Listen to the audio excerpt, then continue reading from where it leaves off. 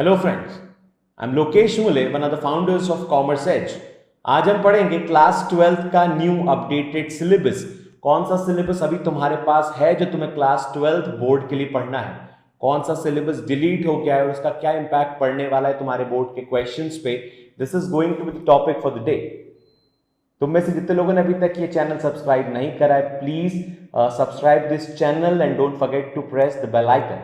चल शुरू करते हैं आज का टॉपिक। आज का थीम क्लास 12 सिलेबस। ये पूरा चैप्टर, पूरा जो थीम है क्लास 12 की, this is going to be in two parts. First is macro economic and second is Indian economy.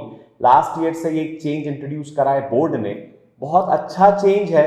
Change अच्छा इसलिए है क्योंकि macro economics is somehow related with Indian economy. Class 11 पे जब इंडियन इकोनॉमी हुआ करता था तो बहुत सी टर्मिनोलॉजी ऑफ इंडियन इकोनॉमी समझ में नहीं आती क्योंकि it is not related with macro. So unless and until you know the concept of macroeconomics and terminologies of macro, it is going to be a bit difficult to learn Indian economy. इस बार दोनों चीजें एक साथ कर दी class 12 में।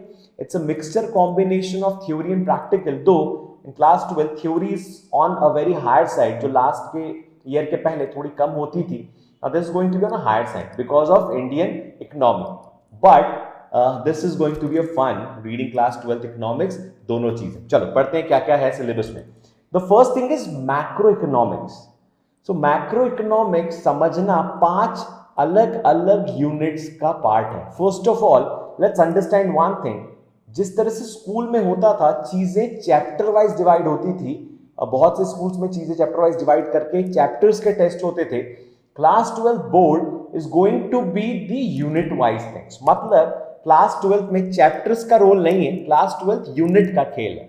जैसे unit number 1 3-4 chapters का अगर कॉम्बिनेशन हुआ तो तुम्हें 3-4 चैप्टर्स में से क्वेश्चन नहीं आएंगे। मेरा मतलब यह है कि तुम्हें जो क्वेश्चंस आएंगे वो यूनिट में से आएंगे। हम कई बार एक्सपेक्ट करते हैं कि इस चैप्टर से क्वेश्चन आएगा या नहीं आएगा। Don't expect such thing, expect the unit से कितना क्वेश्चन आएगा। इससे इसकी ये इंपॉर्टेंस होती है कि हमारा फोकस जो होता है वो यूनिट वाइज होता है रादर देन चैप्टर वाइज। हम बहुत से चैप्टर्स को ज्यादा वेटेज, ज्यादा इंपॉर्टेंस देते हैं, पूरे यूनिट को एज अ होल नहीं देते। कई बार बच्चे कंप्लेन करते हैं कि इस चैप्टर से क्वेश्चन ही नहीं आए, पर उस यूनिट से क्वेश्चन जरूर आता है। सो नॉट नेसेसरीली, हम जब पढ़ेंगे अभी, नॉट नेसेसरीली कि किसी भी चैप्टर से क्वेश्चन आए, पर यूनिट वाइज क्वेश्चन की मार्किंग स्कीम तुम्हें बोर्ड देता है, वो यूनिट वाइज है। तो हमारा जो मैक्रो इकोनॉमिक्स है वो 5 अलग अलग चैप्टर्स में, यूनिट्स में डिवाइडेड है। The very first unit is national income. एक ऐसा यूनिट है जिसे तुम लोगों को क्लास 11th में बहुत से सीनियर्स ने डराया भी होगा कि नेशनल इनकम पढ़ना is a tough job. National income में न्यूमेरिकल्स होते हैं, there are methods to calculate national income. अलग अलग तरीके से प्लस माइनस करके हम आंसर निकालते हैं, आंसर मैच नहीं होता नेशनल इनकम का। This is one of the practical chapter of national income. It contains more of practical, less of numericals. ठीक है, ज्यादातर क्वेश्चन इसके प्रैक्टिकल से ही आएंगे। कई बार 2 क्वेश्चन प्रैक्टिकल के बोर्ड पूछ लेता है, एक 6 नंबर का और एक 3 नंबर का। सो लेट्स अंडरस्टैंड इसमें क्या क्या टॉपिक है। इस पूरे नेशनल इनकम को मैंने 2 पार्ट में डिवाइड करा है। The first thing is theory of national income, second thing is practical of national income. ये इसलिए कि नेशनल इनकम वैसे तो 3 अलग अलग चैप्टर से बना हुआ यूनिट है, पर नेशनल इनकम पढ़ते टाइम बच्चों को बहुत ज्यादा कंफ्यूजन इस बात का होता है कि इस पे थियरी कितनी पढ़नी है और प्रैक्टिकल थियरी कहां से पढ़नी। तो नेशनल इनकम की थ्योरी समझ लेते हैं, प्रैक्टिकल भी समझ लेंगे। प्रैक्टिकल तुम्हें समझ में आ जाएगा, प्रैक्टिकल्स कौन कौन से होते हैं, कौन कौन से मेथड से पढ़ते हैं। The very first theory is circular flow of income and expenditure. ये एक चैप्टर भी है, मतलब यूनिट के अंदर एक छोटा सा चैप्टर दिया हुआ है, circular flow of income and expenditure. इसमें तुम्हें 2 सेक्टर विद फाइनेंशियल मॉडल का सिलेबस पढ़ना है। 3 सेक्टर 4 सेक्टर पे मत जाना, it is technically out of syllabus. कहीं लिखा नहीं है कि दिस आउट ऑफ सिलेबस, पर माना जाता है कि 2 सेक्टर तक ही आता है। हिस्टोरिकली, क्रोनोलॉजिकली सिर्फ 2 सेक्टर्स तक ही आया, मतलब हमें 2 सेक्टर्स का फ्लो पढ़ना होता है। ठीक है, इसके साथ कुछ अटैच टॉपिक है जैसे stock and flow, leakages and injections. ये कुछ सब टॉपिक्स हैं जो सर्कुलर फ्लो का ही पार्ट है। उसको अलग से कोई टॉपिक बना के पढ़ना, बर्डन मत लेना। सर्कुलर फ्लो से अटैच्ड है stock and flow, leakages and injection. Circular flow 2 sector model में हम पढ़ेंगे, इससे ज्यादा मत जाना। हाँ, 2 सेक्टर विद फाइनेंशियल सिस्टम पे जरूर चले जाना। तो नेक्स्ट इज आइटम इंक्लूडेड और excluded from national income. Her book में नेशनल इनकम में एक टॉपिक दिया हुआ है प्रैक्टिकल्स के जस्ट पहले कि कौन कौन सी आइटम्स ऐसे हैं, कौन कौन सी चीजें ऐसी हैं जो नेशनल इनकम में इंक्लूड होती है, नेशनल इनकम से एक्सक्लूड होती है। सेम डोमेस्टिक इनकम इंक्लूड होती है, डोमेस्टिक इनकम में एक्सक्लूड होती है। ये पढ़ना इसलिए इंपॉर्टेंट है क्योंकि इससे क्वेश्चंस बनते हैं। 3 क्वेश्चन वो पूछेंगे 6 मार्क्स के, मतलब हर एक आइटम 2 नंबर का होगा, जिसमें तुम्हें पहले तो लिखना इंक्लूड होगा या नहीं होगा, यस और no, and second with reason. और ये थोड़ा सा कंफ्यूजन इसमें होता है, तुम्हें पढ़ना पड़ेगा। हमें लगता है चीजें इंक्लूड होगी, वो नहीं होती। हमें लगता है चीजें एक्सक्लूड होगी, वो इंक्लूड हो जाती। तो ये थोड़ा सा इसको ध्यान से पढ़ना। बहुत सारी वैल्यूज है, क्लोज टू 135। मैं बता रहा हूं ना, very higher side, on higher side 135 है, जिसमें से तुम्हें कुछ इंपॉर्टेंट पढ़ना है। हमें क्लास में सीरीज हम पढ़ेंगे एक दिन कि कौन कौन से इंपॉर्टेंट आइटम्स हैं इंक्लूडेड जो नेशनल इनकम में होते हैं और नहीं होते। The next is GDP and welfare. ये टॉपिक है जिससे यूजुअली बहुत सालों तक, इनफैक्ट लास्ट ईयर छोड़ के हर साल जीडीपी एंड वेलफेयर का क्वेश्चन आया है। कभी कभी ये पूरा क्वेश्चन पूछ लेते हैं जीडीपी एंड वेलफेयर का, कभी कभी इससे रिलेटेड स्पेसिफिक इसके अंदर का एक टॉपिक का क्वेश्चन आया है जीडीपी एंड वेलफेयर का, कि जीडीपी जो है वो एक्सटर्नलिटीज पे कैसे काम करती है। ये एक उसका इंटरनल पार्ट है, एक्सटर्नलिटीज। तो बोलने का मतलब है GDP and welfare is one of the important topic जो बोर्ड के पेपर सेट करने वाले लोगों को अच्छा लगता है। तो go and read this syllabus. Next is real and nominal GDP. ये क्लास 11th के इंडेक्स नंबर जैसा है, रियल नॉमिनल जीडीपी, जिसमें हमें करंट और कांस्टेंट प्राइस पे जीडीपी और जीएनपी नेशनल इनकम का कैलकुलेशन करना होता है। फिर आते हैं प्रैक्टिकल में। प्रैक्टिकल में मैंने 2 चीजें प्रैक्टिकल में है। पहला है नेशनल इनकम एग्रीगेट्स, इसमें तुम्हें एग्रीगेट समझने हैं। इसमें तुम्हें, इसको मैं कहता हूं कन्वर्जन। कन्वर्जन मतलब जीडीपी से जीएनपी जाना है, जीएनपी से एनडीपी जाना है, एनडीपी से एनएनपी जाना है, एफसी से एनपी जाना है। ये कुछ कन्वर्जन्स होते हैं। ये होता है नेशनल इनकम एग्रीगेट्स। 8 अलग अलग एग्रीगेट्स पे नेशनल इनकम कैलकुलेट होता है। फिर है 3 methods, income method, expenditure method and value added method. ये है main content, main practical part of national income. इसको बहुत ध्यान से पढ़ना है। यही है तुम्हारा सबसे बड़ा प्रैक्टिकल पोर्शन जो नेशनल इनकम में पूछा जाता है। होप यहां तक समझ में आएंगी चीजें। Next, the next unit is money and banking. ये 2 अलग अलग चैप्टर्स हैं, एक मनी और एक बैंकिंग। क्योंकि यूनिट सेम है इसलिए मैंने इसको क्लब कर दिया। The unit name is money and banking. इस पूरे यूनिट को मैं 4 टॉपिक यूनिट बोलता हूं। 4 टॉपिक इसलिए कि इस पूरे यूनिट पे 4 टॉपिक है। पहला मनी के 2 और बैंकिंग के 2, तुम्हें दिख रहा होगा अभी। मनी के जो 2 टॉपिक है, मैंने 3 लिखे हैं, पर जो पहले के 2 टॉपिक है, प्रॉब्लम्स ऑफ बार्टर ट्रेड, जो तुम लोग क्लास 10th में भी 11th में भी थोड़ा बहुत पढ़ के आए हो, and second is functions of money. एक ही टॉपिक है। कैसे? जो भी problem of barter system, barter trade होता है, उन सारी प्रॉब्लम्स का अगर हम सॉल्यूशन देखें तो मनी है। मतलब अगर बार्टर सिस्टम में 5 अलग अलग प्रॉब्लम्स आइडेंटिफाइड हैं, बार्टर सिस्टम अगर तुम पढ़ोगे, अगर तुम्हारे सिलेबस में 5 टॉपिक हैं, तो मनी के फंक्शंस भी 5 होंगे। मतलब बार्टर सिस्टम के प्रॉब्लम्स मनी के फंक्शन है। टॉपिक एग्जैक्टली सेम है, word to word topic same हो जाएगा, इसलिए ये एक ही टॉपिक लेते हैं इसको। और दूसरा है मनी सप्लाई। सो मनी सप्लाई टॉपिक है जिसमें M1, M2, M3, M4 तुम्हें मनी के सप्लाईज पढ़ने हैं। अलग अलग टाइप के मनी सप्लाई होते हैं, तो हमें वो सिस्टम से छोटा सा टॉपिक है मनी सप्लाई देखना है। The next is banking. Banking भी 2 टॉपिक, 2 चैप्टर का वो है, 2 टॉपिक है, functions of central bank and credit creation bye commercial bank.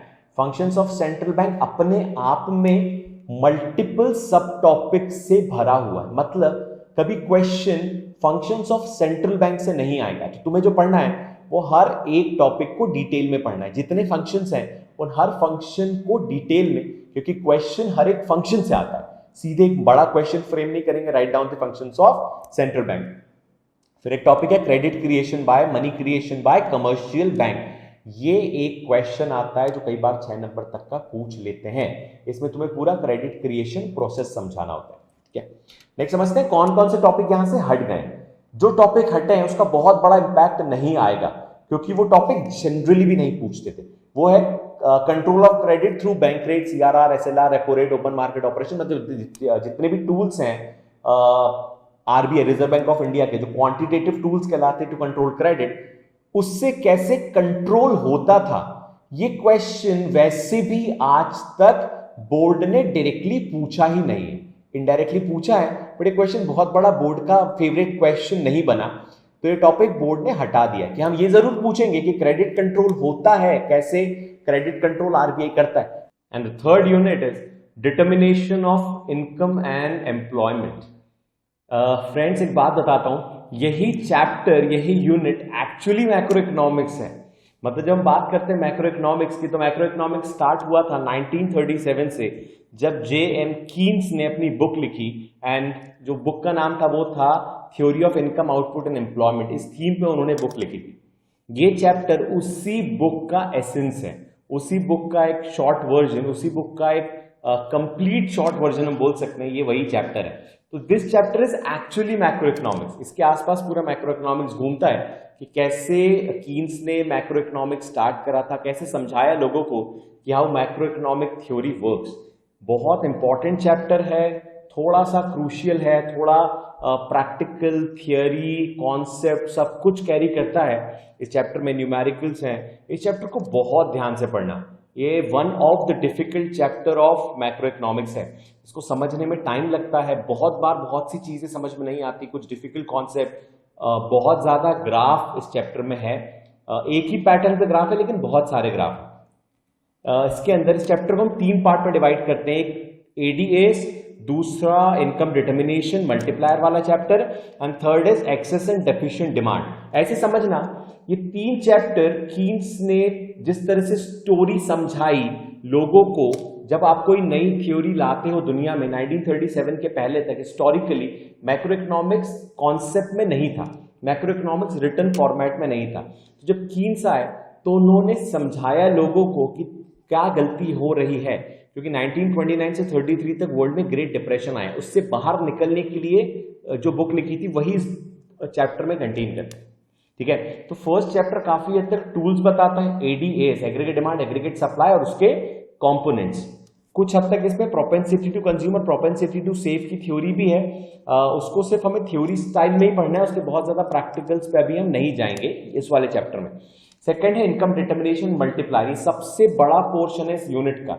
इस चैप्टर में इक्विलिब्रियम, शॉर्ट रन इक्विलिब्रियम होगा। इस चैप्टर में मल्टीप्लायर, उसका मैकेनिज्म होगा, जैसे हम लोगों ने बैंकिंग में पढ़ा मनी मल्टीप्लायर कैसे वर्क करता है और उसकी प्रोसेस क्या है, उसी तरीके से यहाँ पे इन्वेस्टमेंट मल्टीप्लायर वर्क करता है और उसकी एक प्रोसेस होती है।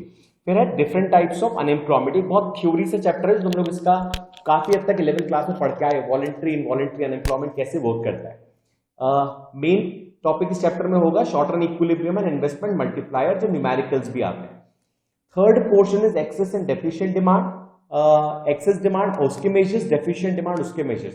ये 2 टॉपिक पे पूरा चैप्टर। एक्सेस डिमांड क्या होता है, उसके मेजर्स, इसी का जस्ट उल्टा डेफिशिएंट डिमांड और उसके मेजर्स। क्वेश्चन पूछते हैं इससे।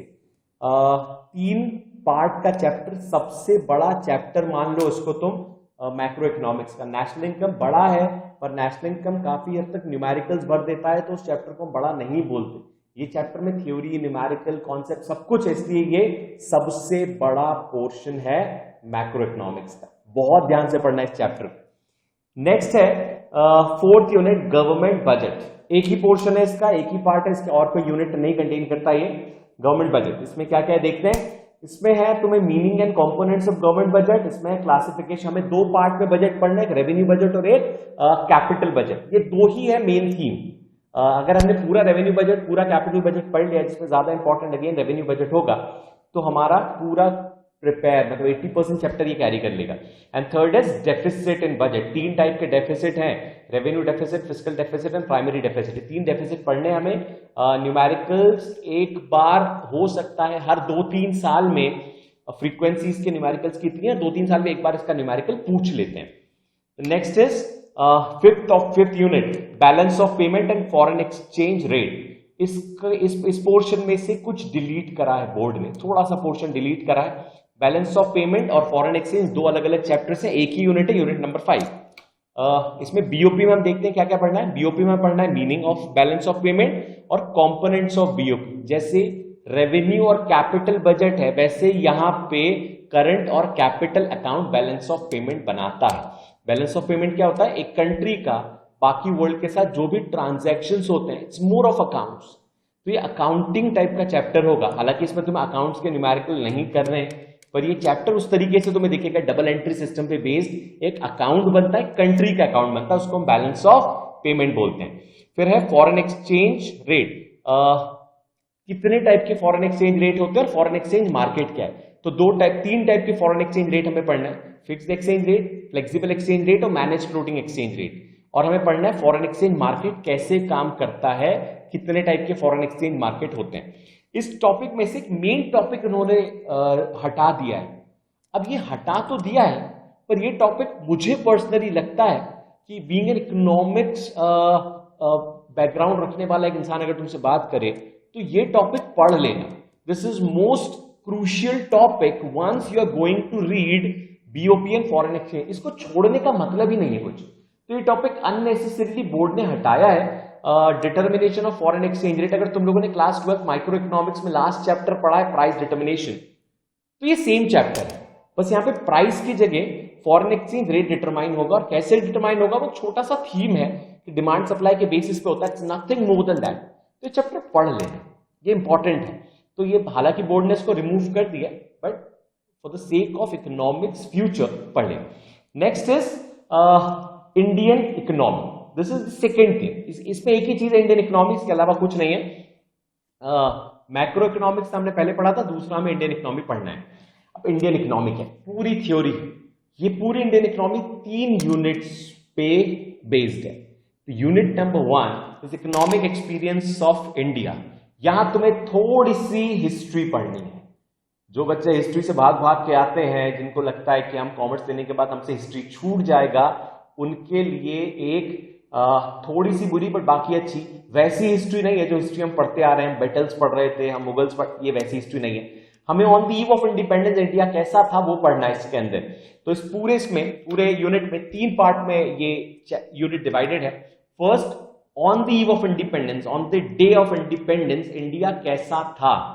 तो इंडिया कैसा था ये समझने के लिए में थोड़ी सी हिस्ट्री पे जाना होता है। तो मैं समझना होता है ब्रिटिशर्स जब आए थे तो agriculture, industry, service sector, foreign trade, हमारा डेमोग्राफिक स्ट्रक्चर, हमारा ऑक्यूपेशनल स्ट्रक्चर, हमारा इंफ्रास्ट्रक्चर कैसा था, तो हमें ये सब स्ट्रक्चर पढ़ने। स्टेट ऑफ इंडियन इकोनॉमी, हमें 6 अलग अलग पोर्शन में इंडिया को समझना है। Agriculture, industry, foreign trade, demographic structure, infrastructure and occupational structure. ये हमें 6 चीज समझनी कि इंडिया कैसा था। सबसे बड़ा पोर्शन अगेन एग्रीकल्चर होगा। फिर है पॉजिटिव कंट्रीब्यूशन ऑफ ब्रिटिशर्स। इस चैप्टर को ऐसे समझना है, इस चैप्टर में तुम्हें ब्रिटिशर्स की बुराई करनी है। तुम्हें बस सत्ता समझाना है एग्जामिनर को, तुम्हें इतना समझना है ब्रिटिशर्स हमारे साथ क्या क्या बुरा करके गए थे। एक चीज बस पॉजिटिव होगी, दैट इज ब्रिटिशर्स ने अच्छा क्या करा था। तो पॉजिटिव कंट्रीब्यूशन ऑफ ब्रिटिशर्स हमें इसमें समझना पड़ेगा। Next is Indian economy 1950-1991। ये चैप्टर ऐसा है कि आफ्टर इंडिपेंडेंस 1991 तक, जब तक हमने लिबरलाइजेशन, प्राइवेटाइजेशन, ग्लोबलाइजेशन मतलब न्यू इकोनॉमिक पॉलिसी नहीं अडॉप्ट कर लिया, तब तक हमारे देश को हमने कैसे चलाया, हमने कैसे ग्रोथ लाया, हमने कौन सी पॉलिसीज बनाई, हम देश को कैसे बनाना चाह रहे थे, हमारा देश किस थीम पे जा रहा था, ये है वो पूरा चैप्टर। तो इसमें एग्रीकल्चर, इंडस्ट्री, फॉरेन ट्रेड, इससे रिलेटेड पॉलिसीज है कि हमने 1950 के बाद कौन कौन सी पॉलिसीज एग्रीकल्चर में बनाई, हमने कौन कौन सी पॉलिसीज इंडस्ट्रीज में बनाई और कौन कौन सी पॉलिसीज फॉरेन ट्रेड के लिए हमने डेवलप की। Next is economic reforms. इसमें तो 3 चीजें, लिबरलाइजेशन, प्राइवेटाइजेशन और ग्लोबलाइजेशन। तीनों चीजें तुमने बहुत शॉर्ट में 10th 11th में पढ़ा होगा। यहां पे इसी चीज का डिटेल वर्जन, मतलब तुम्हें लिबरलाइजेशन पूरे फॉर्म में पूरी डिटेल में पढ़ना है, तुम्हें प्राइवेटाइजेशन पढ़ना है कैसे हुआ था, क्या हुआ था, और तुम्हें ग्लोबलाइजेशन भी समझना है। ठीक है। नेक्स्ट इज दूसरा यूनिट, ये सबसे बड़ा यूनिट है, इसमें पूरा इंडियन इकोनॉमी है, मेन इंडियन इकोनॉमी, वो है current challenges of Indian economy. 6 अलग अलग चैलेंजेस हैं तुम्हें देश को, जो तुम्हें फेस करना है। इसमें से last challenge is not that much difficult to understand, though it is very difficult when we are facing it practically. दुनिया और देश जब इसको फेस करता है तो बहुत बड़ा है, पढ़ना बहुत बड़ा नहीं। First challenge is poverty. हमें गरीबी के बारे में पढ़ना है, कितनी टाइप की पॉवर्टी लाइंस, कैसे कैलकुलेशन होता है, कौन सा देश कैसी पॉवर्टी करता है, इंडिया में पॉवर्टी कैसी है, क्या चैलेंज हम फेस कर रहे हैं, हम कैसे इससे निकल सकते हैं, मेजर्स ऑफ पॉवर्टी, ये पूरा चैप्टर है। फिर ह्यूमन कैपिटल फॉर्मेशन, थोड़ा सा ये चैप्टर ह्यूमन डेवलपमेंट को देखता है। इसमें एजुकेशन, हेल्थ, ऐसी कुछ चीजें ह्यूमन कैपिटल फॉर्मेशन से, इसमें से कुछ डिलीट भी हुआ है, मैं बताऊंगा अभी। नेक्स्ट इज रूरल डेवलपमेंट, ये बड़ा चैप्टर है, इसमें पूरा रूरल डेवलपमेंट है। इसमें रूरल एरियाज में जो चैलेंज हम फेस करते हैं वो है, इसमें रूरल मार्केट है, इसमें रूरल फाइनेंस है कि रूरल फाइनेंस में क्या क्या चैलेंजेस आते हैं, नाबार्ड में क्या क्या इश्यूज आते हैं, मार्केट में क्या क्या चैलेंजेस रूरल एरिया में फेस होता है, इससे निकलना कैसे, रूरल डेवलपमेंट कैसे वर्क करता है ये। नेक्स्ट इज एम्प्लॉयमेंट, इसका थोड़ा सा पोर्शन एम्प्लॉयमेंट का तुम लोग क्लास 10 तक पढ़ के आए हो, तुमने पढ़ा होगा डिस्गाइज्ड अनएम्प्लॉयमेंट, तुमने कुछ टाइप्स ऑफ अनएम्प्लॉयमेंट पढ़े होंगे, ये वही है। तो हमें पढ़ना है एम्प्लॉयमेंट कैसे होता है रूरल अर्बन एरियाज में, एम्प्लॉयमेंट जेंडर इनइक्वालिटी को कैसे लाता है, कौन से जेंडर में ज्यादा एम्प्लॉयमेंट है, अनएम्प्लॉयमेंट है। फिर हमें पढ़ना है कितने टाइप के एम्प्लॉयमेंट अनएम्प्लॉयमेंट होते हैं और गवर्नमेंट उससे कैसे there are measures to control unemployment situation in the India. तो उसके लिए हमें कुछ चैलेंजेस जो है हमें उसके मेजर्स भी पढ़ने होते हैं। द नेक्स्ट इज इंफ्रास्ट्रक्चर, ये दूसरा सबसे बड़ा चैप्टर है after rural development, infrastructural things. इसमें फैक्ट्स एंड फिगर्स ज्यादा होंगे इस चैप्टर में। तुम्हें दो टाइप के इंफ्रास्ट्रक्चर पढ़ने, एक सोशल इंफ्रास्ट्रक्चर और एक फिजिकल इंफ्रास्ट्रक्चर। फिजिकल इंफ्रास्ट्रक्चर में फैक्ट्स एंड फिगर है, सोशल में भी। फिजिकल इंफ्रास्ट्रक्चर मतलब हमने कितनी हमने सड़कें बनाई, हमने कितना इलेक्ट्रिफिकेशन करा, हमने कितने डैम्स बनाए, ये फिजिकल इंफ्रास्ट्रक्चर होता है। सोशल इंफ्रास्ट्रक्चर हमारा एजुकेशन, हमारा health care system complete with facts and figures in this chapter is your infrastructure chapter. Last one is sustainable development. तुम सब लोगों ने ये चैप्टर बहुत बार प्रीवियस क्लासेस में पढ़ा होगा। ये काफी हद तक एनवायरमेंटल चैप्टर है। ये वही है सस्टेनेबल डेवलपमेंट कि हमें एनवायरमेंट को कैसे प्रोटेक्ट करना है, ऑर्गेनिक फार्मिंग करनी है, एनवायरमेंट प्रोटेक्ट करके क्या होता है, कितने टाइप के पोल्यूशंस होते हैं, soil pollution, air pollution, water pollution, ये सब इस चैप्टर में। तो ये थोड़ा पुराना चैप्टर है, हम पढ़ के आ रहे हैं, थोड़ा बस डिटेल्ड वर्जन ज्यादा होगा, इसके अलावा कुछ नया नहीं होगा इस चैप्टर में। बाकी 5 चैप्टर तुम लोग के लिए नए होंगे। नेक्स्ट देखते हैं। नेक्स्ट इज डिलीट क्या हुआ है करंट चैलेंजेस से। तो डिलीट हुआ है growth of education sector in India, मतलब एक फैक्ट्स एंड फिगर वाला जो टॉपिक था वो हट गया। खुशी की बात, हमें ये तो पढ़ना है ग्रोथ कैसे होता है, उसके फैक्ट्स हमें बस नहीं पढ़ने हैं। फिर हमें पढ़ना है alternative farming, organic farming. Organic farming वाला टॉपिक हटा दिया है ऑल्टरनेटिव से, मतलब सस्टेनेबल डेवलपमेंट में से ऑर्गेनिक फार्मिंग रिमूव कर दिया है। तो सस्टेनेबल डेवलपमेंट का वेटेज वैसे ही कम हो जाएगा क्योंकि बाकी चीजें तुम्हें बहुत अच्छी से आती थी। Next is infrastructure. इंफ्रास्ट्रक्चर में से एनर्जी इंफ्रास्ट्रक्चर हटा दिया है। अगेन अगर इंफ्रास्ट्रक्चर में से एनर्जी हटा दिया तो एनर्जी में सिर्फ और सिर्फ फैक्ट्स एंड फिगर्स थे कि इंडिया में एनर्जी सेक्टर कैसे परफॉर्म करता है।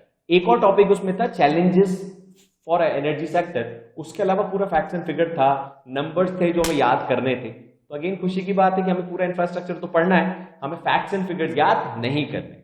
चलो आगे बढ़ते हैं। थर्ड यूनिट, 3 यूनिट का मैंने बताया था इंडियन इकोनॉमी, दूसरा यूनिट सबसे बड़ा, तीसरा यूनिट देते हैं। तीसरा unit is development experience of India. तुमने ये पढ़ लिया कि देश स्टार्ट कैसे हुआ था, देश ने कैसी कैसी पॉलिसीज बनाई हिस्टोरिकली टिल 1991, और आफ्टर 1991 हमने क्या क्या नए डेवलपमेंट्स करे, हमने लिबरलाइजेशन, प्राइवेटाइजेशन, ग्लोबलाइजेशन का। फिर हमने ये पढ़ लिया कि इंडिया क्या क्या चैलेंजेस फेस करता है। हमने देखा इंडिया में poverty, unemployment, rural development, infrastructure के क्या क्या चैलेंजेस हैं, सस्टेनेबल डेवलपमेंट कैसे वर्क करता है। अब हमने इंडिया पढ़ लिया, हमने इंडिया की इकोनॉमी को अंदर बाहर से समझ लिया। अब तुम्हें इंडिया की इकोनॉमी को इसके 2 पड़ोसी देशों से लिंक करना है, एक चाइना और दूसरा पाकिस्तान। सो हमें देखना है कंपैरिजन विद नेबर्स कि उनकी स्ट्रेटेजीज और हमारी स्ट्रेटेजीज कैसे मैच करती है, उनकी इकोनॉमी और हमारी इकोनॉमीज कैसे मैच करती है, उन्होंने कौन कौन से ग्रोथ पाथ अडॉप्ट करें, हमने कौन से करें, वो कैसे मैच करते हैं। वहां पे भी new economic policy, economic reforms आए, हमारे अभी आए, दोनों में क्या अंतर है, उनका ग्रोथ और हमारे ग्रोथ को हमें कंपेयर करना है, उनका डेमोग्राफिक हमारे डेमोग्राफिक को हमें कंपेयर करना है। कभी इंडिया दौड़ में आगे जाएगा, कभी कुछ में दौड़ में पीछे रहेगा, ये चलता रहेगा। तो हमें कंपैरिजन करना है इंडिया का। अच्छा, मेन इसमें अगेन होगा इंडिया विद चाइना, जो ज्यादा क्वेश्चन पूछते हैं। इंडिया पाकिस्तान से जनरली क्वेश्चन नहीं पूछते, ठीक है।